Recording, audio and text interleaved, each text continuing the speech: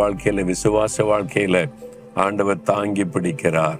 இப்போ உங்களோடு தான் பேசுகிறேன். மகனே, மகளே, நான் உன்னை தாங்கி பிடிக்கிற தேவன். மடங்கடிக்கப்பட்ட யாவரையும் தூக்கி விடுகிறார்.